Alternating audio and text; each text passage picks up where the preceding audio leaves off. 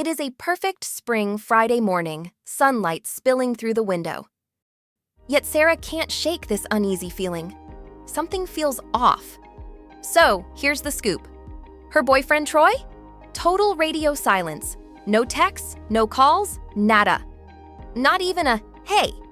His phone is obviously off. I mean, come on. It's been hours, and her anxiety is spiraling. They have this super cute date planned. Dinner at their fave spot, a cozy movie night at his place, and oh! Don't forget the surprise dessert he's been hyping up all week. Naturally, she is freaking out. Has he ghosted her? Is he okay? Her mind races, replaying their last conversation. It was so normal. No arguments, no drama, just a sweet text saying, "Can't wait to cuddle with you. Sweet dreams, babe." But now, crickets. Did she say or do something wrong? Her chest tightens with every passing minute. While on her way to college, Sarah feels ready to send out a search party when she desperately calls Michelle, a friend who goes to Troy's college, hoping she might know something.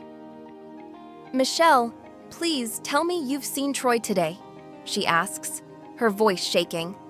And guess what? Michelle did see him that morning.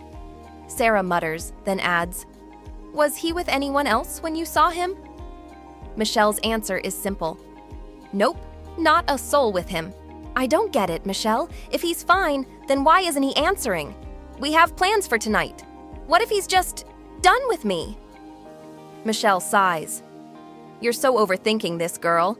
I'll mention you're worried if I see him again." Sarah forces herself to go to class, but it is impossible to focus. Each time she checks her phone and sees nothing, her stomach sinks lower.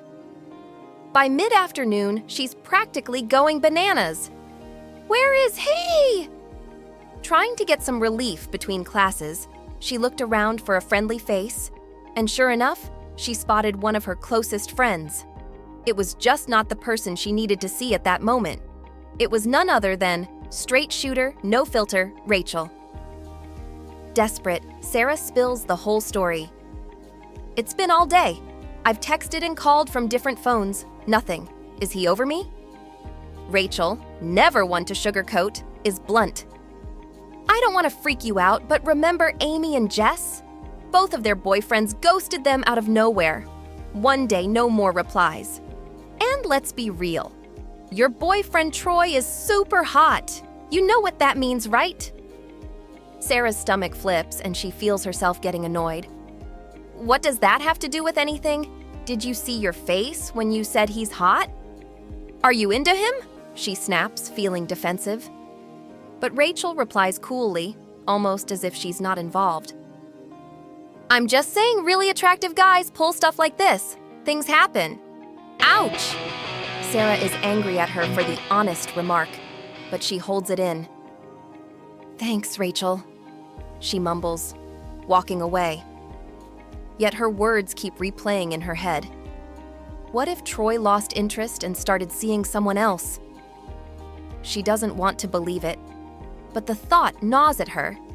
She starts picturing him with other girls, driving herself nuts.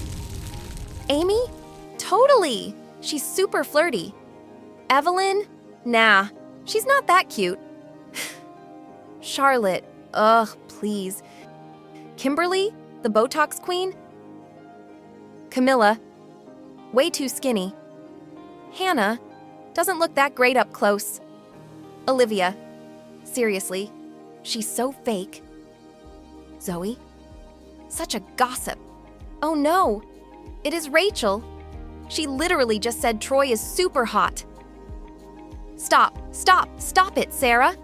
Come on, snap out of it. Trying to calm down, Sarah rushes to her other friend, Emily, hoping she'll have a more reasonable take. Emily, always honest but gentle, tries to reassure her. Sarah, you're totally overthinking. We both know he's not that guy. Maybe his phone died or something else came up. Just wait until he explains, okay?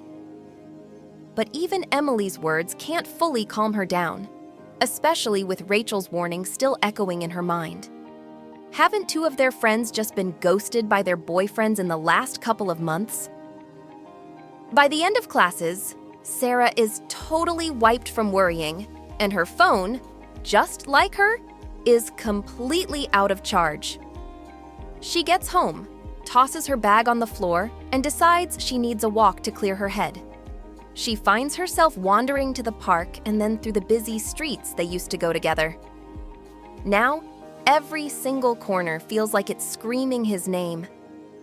She feels so lost, spiraling over all the what-ifs and picturing the worst-case scenario. Finally, she mutters under her breath, "Let's be real, Rachel was right. It's over." She is close to the place they are supposed to meet that evening when BAM! Out of nowhere, she sees him. Troy is just walking toward her, as casual as ever, looking perfectly fine, as if the world hasn't been upside down for her all day. Sarah's heart leaps, but she freezes, torn between relief and frustration. She runs up to him, words tumbling out. "I was so scared. Why didn't you answer? We had plans, and I thought..." She can't finish because Troy, seeing the fear in her eyes, gently pulls her close and whispers, "I love you." His words, so simple yet so sincere, melt her fears. Without another word, he kisses her, and in that instant, all her worries vanish.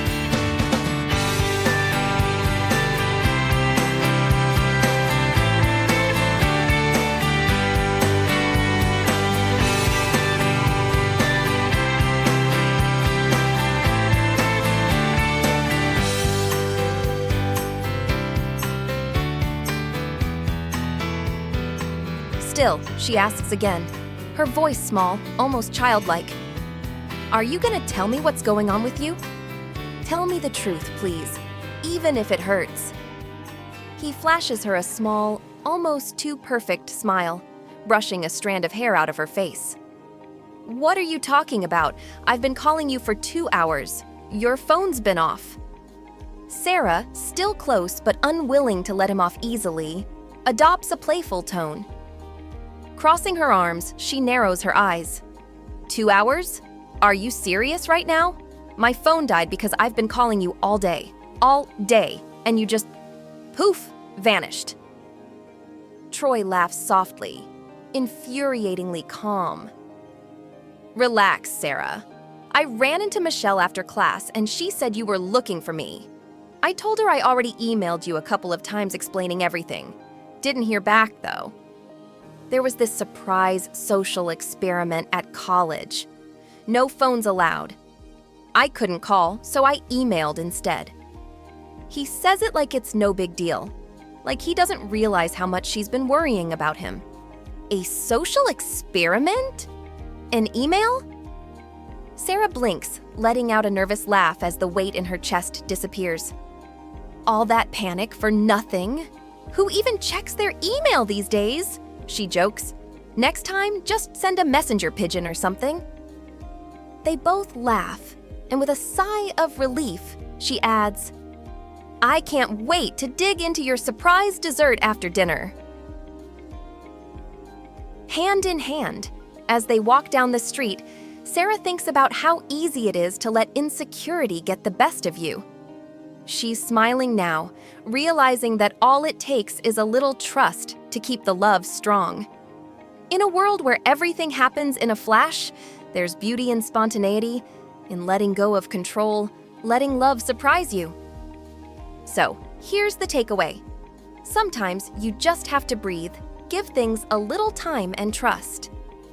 Before jumping to conclusions, take a moment to gather the facts. You'll be glad you did when you realize things are way different than you thought at first. Have faith in the person you're with, because nobody knows your relationship better than you do. Only you truly know the heart of the person you're with. All right, so what do you think? Would you have spiraled like Sarah or kept your cool? Drop your thoughts in the comments below, and remember, sometimes love is a little crazy. But hey, that's what makes it so worth it.